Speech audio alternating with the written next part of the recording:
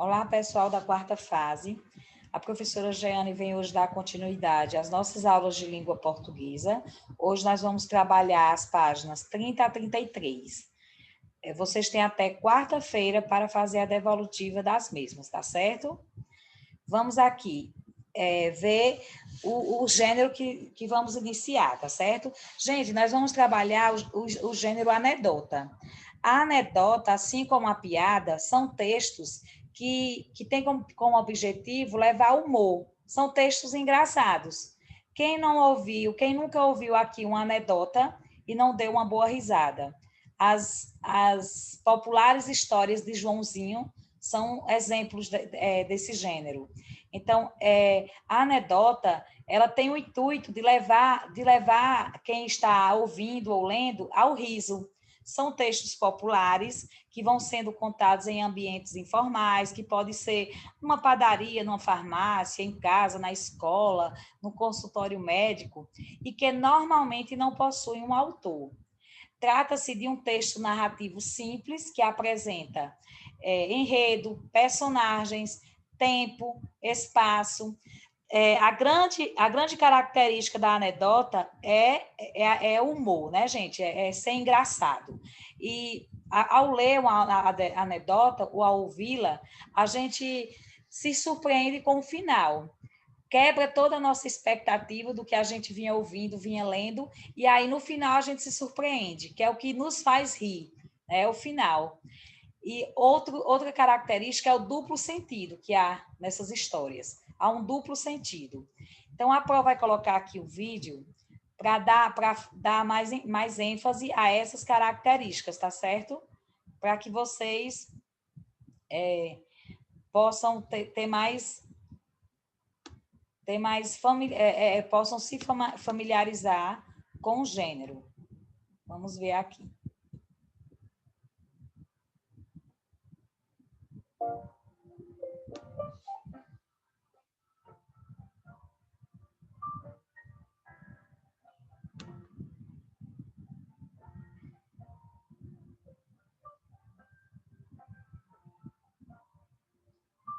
Gênero... A anedota ou piada é um gênero textual humorístico que tem o intuito de levar ao riso, né? Textos engraçados. São textos populares, né, que normalmente não possuem um autor. Trata-se de um texto narrativo simples, que geralmente é a presença de enredo, personagens, o tempo, espaço.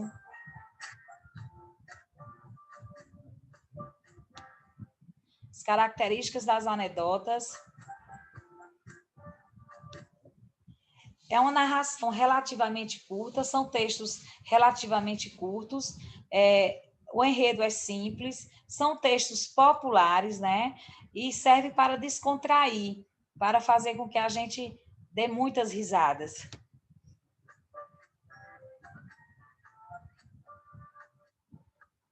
Autoria geralmente desconhecida, linguagem simples e coloquial, né, gente? A presença da linguagem simples do dia a dia, né? A linguagem simples do dia a dia, a presença do humor, a característica, o humor e a ambiguidade, que é o duplo sentido.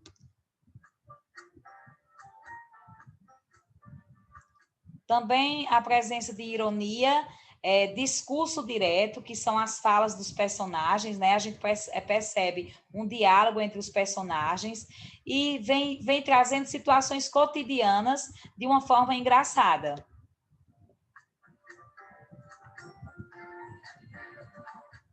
Vamos ver alguns exemplos de anedotas.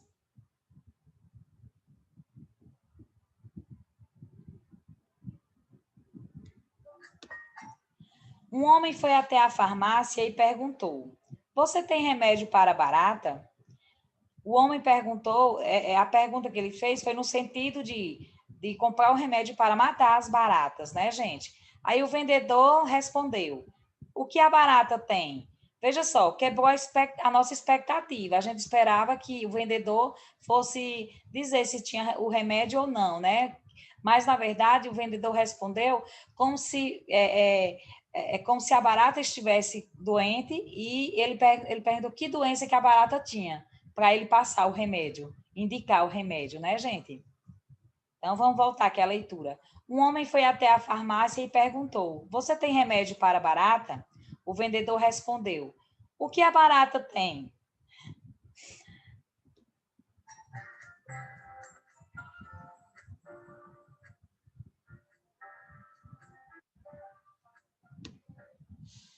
Outro exemplo, gafe. Gafe, né, é uma situação uma situação constrangedora, né, que a gente tem esse significado. Vamos ler aqui. A amiga da mãe de Joãozinho entrou em sua casa e sentou-se à mesa para lanchar. Joãozinho não parava de olhar por debaixo da mesa. Curiosa, a amiga de sua mãe perguntou: Joãozinho, por que você fica olhando debaixo da mesa? E o menino respondeu: é que a minha mãe disse que você tem pé de galinha, mas eu ainda não consegui ver. Ó, gente, vejam só, essa anedota aqui, a gente percebe a presença do narrador, né? Tem um narrador, vamos voltar à leitura para perceber que tipo de narrador é esse. Se é narrador personagem, em primeira pessoa, ou narrador observador, em terceira pessoa. Quando o narrador ele conta a história e participa dela, nós chamamos de narrador personagem em primeira pessoa. Mas quando ele conta a história, mas não participa, ele é chamado de narrador observador em terceira pessoa. Então vamos ver aqui. A amiga da mãe de Joãozinho entrou em sua casa e sentou-se à mesa para lanchar. Então, percebam que o narrador aqui não participa da história, ele apenas conta. Então, nós temos aqui um exemplo de narrador observador em terceira pessoa. O espaço aqui onde acontece a história é na casa do Joãozinho, né? Nós temos aqui a presença de discurso direto, que é a fala, que são as falas dos personagens, ou a fala do Joãozinho e da mãe e da amiga da mãe dele, não é? Nós percebemos a quebra de o final surpreendente, né? A gente quando o menino responde, né? É que a minha mãe disse que você tem pés de galinha, mas eu ainda não consegui ver. Quer dizer, ele estava procurando os pés dela por debaixo da mesa, achando que ela tinha um pé semelhante ao pé de galinha. Mas, na verdade, os pés de galinha que a mãe de Joãozinho falava eram rugas, eram as rugas. Não é? E a gente vai lendo e aí não vai tendo, não vai percebendo, não vai, o humor não está no início da história. O humor é quando é nesse final surpreendente, a gente não espera esse final. E isso é o que deixa o texto engraçado.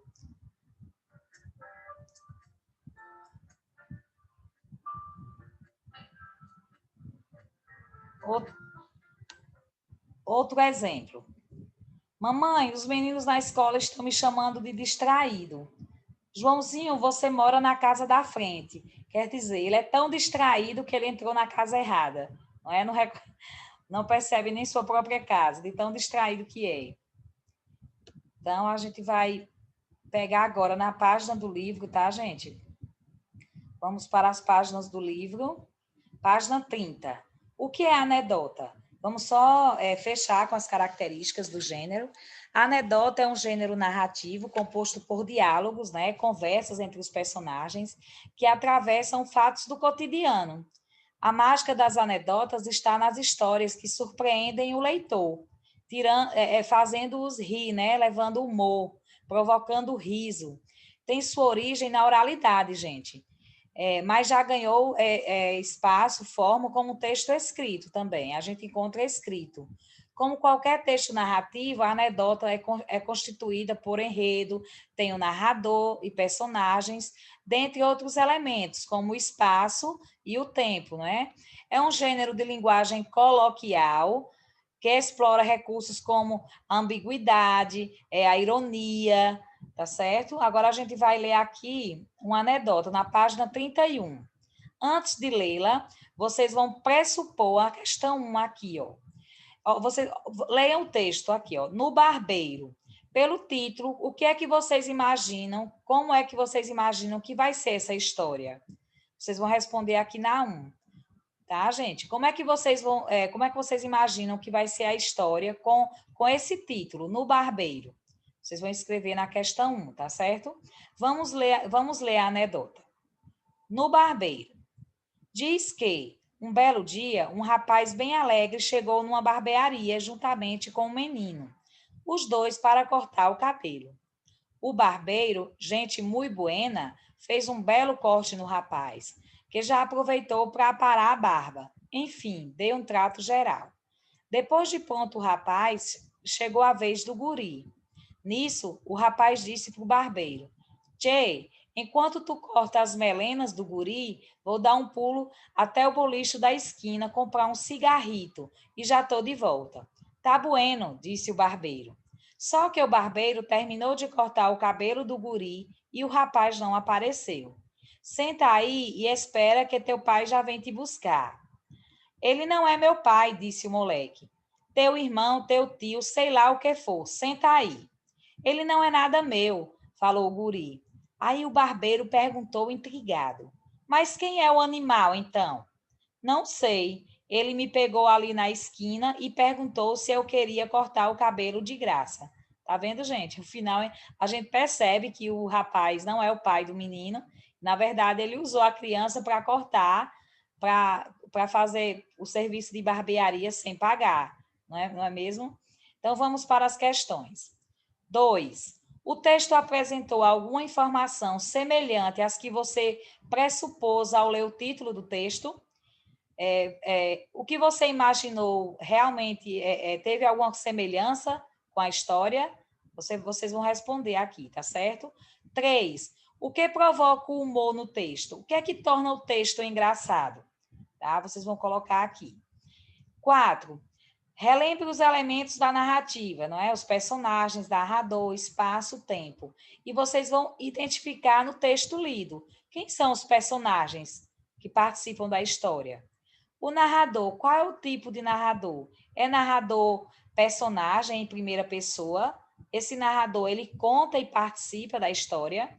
Ou é narrador em terceira pessoa, narrador observador? Ele apenas conta a história, mas não participa dela. Vocês vão colocar aqui na letra B do 4. C, o espaço. Onde acontece essa história? Em que espaço? Em que local? Então, vocês vão colocar aqui. D, tempo. Qual é o tempo predominante nessa anedota? Vamos voltar lá no texto e vamos pegar alguns verbos. Vamos ver qual é o tempo predominante. Vamos pegar a fala do narrador. O primeiro parágrafo. Diz que um belo dia, um rapaz bem alegre chegou numa barbearia. Chegou, olha só, fez um belo corte no rapaz. O barbeiro fez um belo corte no rapaz. Que já aproveitou para aparar a barba, que já aproveitou. Então, percebam que esses verbos estão no tempo pretérito. As anedotas, o tempo predominante é o pretérito, tá, gente?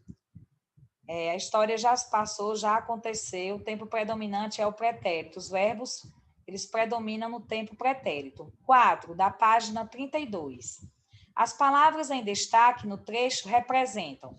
O que é que representam essas palavras que estão destacadas? Vamos ler o trecho.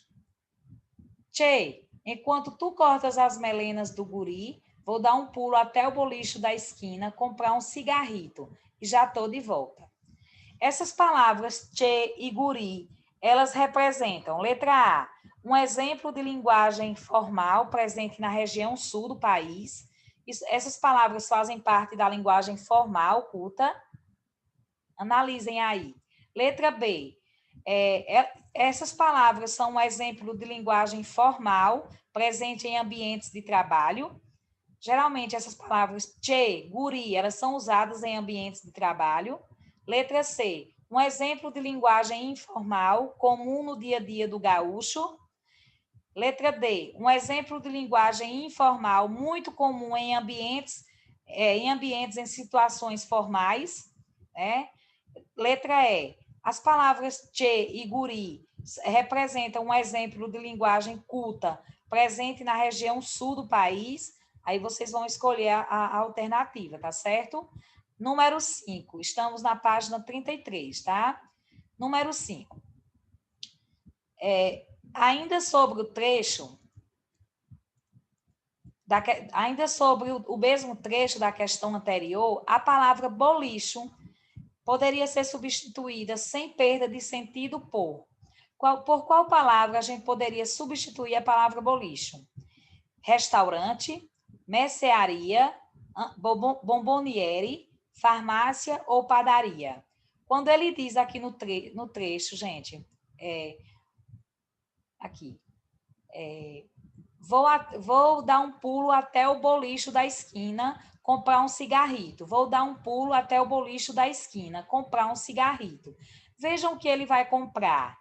Então, pelo contexto, bolicho é o quê? É um restaurante, uma mercearia, uma bomboniere, uma farmácia ou uma padaria? Vocês vão assinar lá, tá certo? Então, gente, a nossa aula de hoje fica por aqui. Fiquem com Deus e um grande abraço, tá certo?